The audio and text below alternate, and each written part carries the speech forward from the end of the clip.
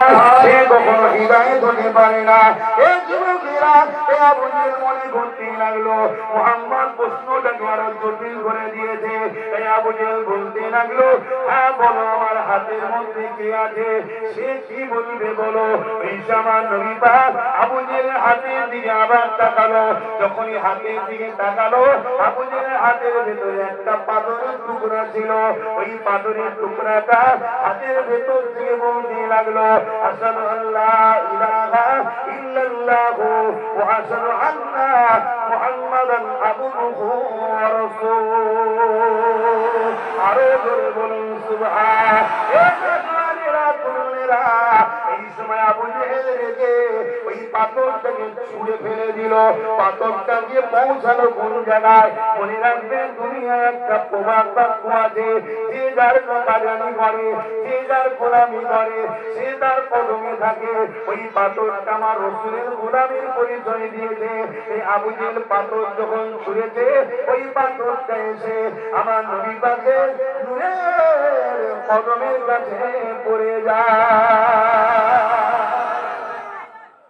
এটা আপনারা জানেন না? জানেন? বলুন বলুন। এখানে একটা শিক্ষার বিষয় আছে। পাথর শ্রেষ্ঠ মখলুক না মানুষ? জোরে বলুন। একটা পাথর, মন দিয়ে শোনেন উলামা ভাইয়েরা, ইমাম সাহেব বোনেরা, আলেম বোনেরা, বাপেরা, মায়েরা, ভাইয়েরা, বোনেরা, প্রত্যেকটা উম্মতে মুহাম্মাদি দূরে কাছে যেখান থেকে দেখছেন শুনছেন, প্রত্যেককে উদ্দেশ্য করে বলছি, নিজের বিবেককে একবার প্রশ্ন করুন। একটা পাথর হয়ে আবু জেহেলের হাতের মধ্যে ছিল, আবু জেহেলের কবজায় ছিল, আবু জেহেলের দখলে ছিল। আবু জেহেল তাকে পছন্দ করেছে, আবু জেহেল তাকে নির্বাচন করেছে, আবু জেহেল তাকে চয়ন করেছে। সে আবু জেহেলের কবজার মধ্যে আছে। একবারও সে ভাবেনি আমি যদি মুহাম্মাদের পক্ষে সাপোর্ট করি, আবু জেহেল হয়তো আমাকে গুড়িয়ে দিতে পারে, আগুনে দিতে পারে, মারতে পারে। তা হবে না। এ পাথর, তোমার কি একবারও ভয় লাগলো না? আবু জেহেলের কবজায় আছো, সে তো তোমাকে গুঁড়ো করে দিতে পারে, আগুনে ফেলে দিতে পারে। পাথর বলতে লেগেছে, এ বিশ্বের মানুষ শোনো, নিজেকে শিক্ষা নাও। মুহাম্মদ রাসূলের প্রেমিক দাবি করলে শুধু হয় না। সে বলতে লেগেছে, তার হাতের মধ্যে ছিলাম বড় কথা নয়, তার কবজায় ছিলাম বড় কথা নয়, তার দখলে ছিলাম বড় কথা নয়, কে আমাকে বেঁচেছে বড় কথা নয়। যখন মুহাম্মদ আরবি রাজ্যের ব্যাপার হয়, তখন নিজের মায়া করলে হয় না, তখন মুহাম্মদ আরবি মক্কাই কথা বলতে হয়। জোরে বলুন সুবহানাল্লাহ, আরো জোরে বলুন সুবহানাল্লাহ। এই পাথর থেকে শিক্ষা নাও। কোন দেশে বসবাস করে বড় কথা নয়, তার হাতে ক্ষমতা আছে বড় কথা নয়, তার দিকে মিলিটারি আছে বড় কথা নয়, তার হাতে প্রশাসন আছে বড় কথা নয়, তার দিকে কত লোক আছে বড় কথা নয়। তখন দিন ইসলামের ব্যাপারে আসবে, মসজিদের ব্যাপারে আসবে, মাদ্রাসার ব্যাপারে আসবে, তখন জানের মায়া করলে হবে না।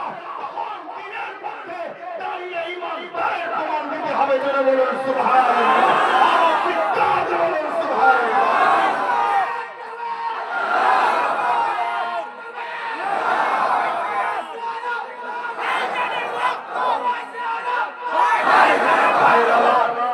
আগামী দিন রাতে আমি নামবো ফুটবল আহলে সুন্নাত ওয়াল জামাতের বিভিন্ন শাখাতে। আমি গত শুক্রবার, গতকালকে ডেকে প্রস্তুতি কমিটি সব মিটিং করে ঠিক করে দিয়েছি। প্রতিটা গ্রামে গ্রামে বলেছি প্রথম করো, কেন আমার মা বোনেদের জানা দরকার ওয়াকাফ কি জিনিস, জালিম সরকার কি করছে মা বোনেদের জানা দরকার। আসলে তাই প্রত্যেকটা কমিটিকে জানিয়েছি, প্রথমে গ্রামে র্যালি করো, গ্রামে মিটিং করো, গ্রামের মানুষকে শোনাও, সবাইকে জাগাও। সব জায়গায় আমার কাজ শুরু হয়ে গেছে। আগামী দিন শহর তলিতে হবে, শহরে হবে, রাজপথে হবে, কলিকাতায় হবে, প্রয়োজন হয় দিল্লিতে হবে। যেখানে যেখানে যাব আমি কোরআনের জন্য, দ্বীনের জন্য, মসজিদ মাদ্রাসার জন্য, ওয়াকফের জন্য, কেন্দ্রের কালা কানুনকে বাতিল করার জন্য যেভাবে কৃষক বন্ধুরা আন্দোলন করেছে, ওই আন্দোলনের থেকে চরম রূপরেখা তৈরি করতে হবে।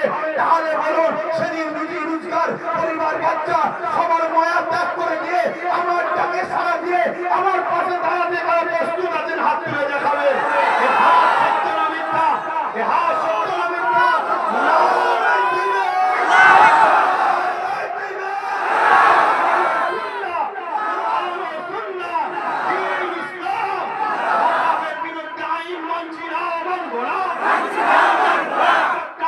মানছি না।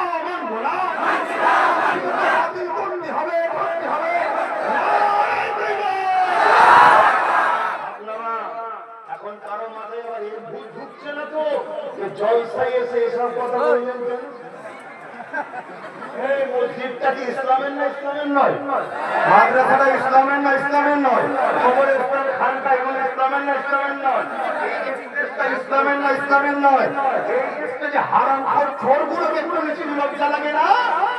আর আমি আপনার ঘরের জন্য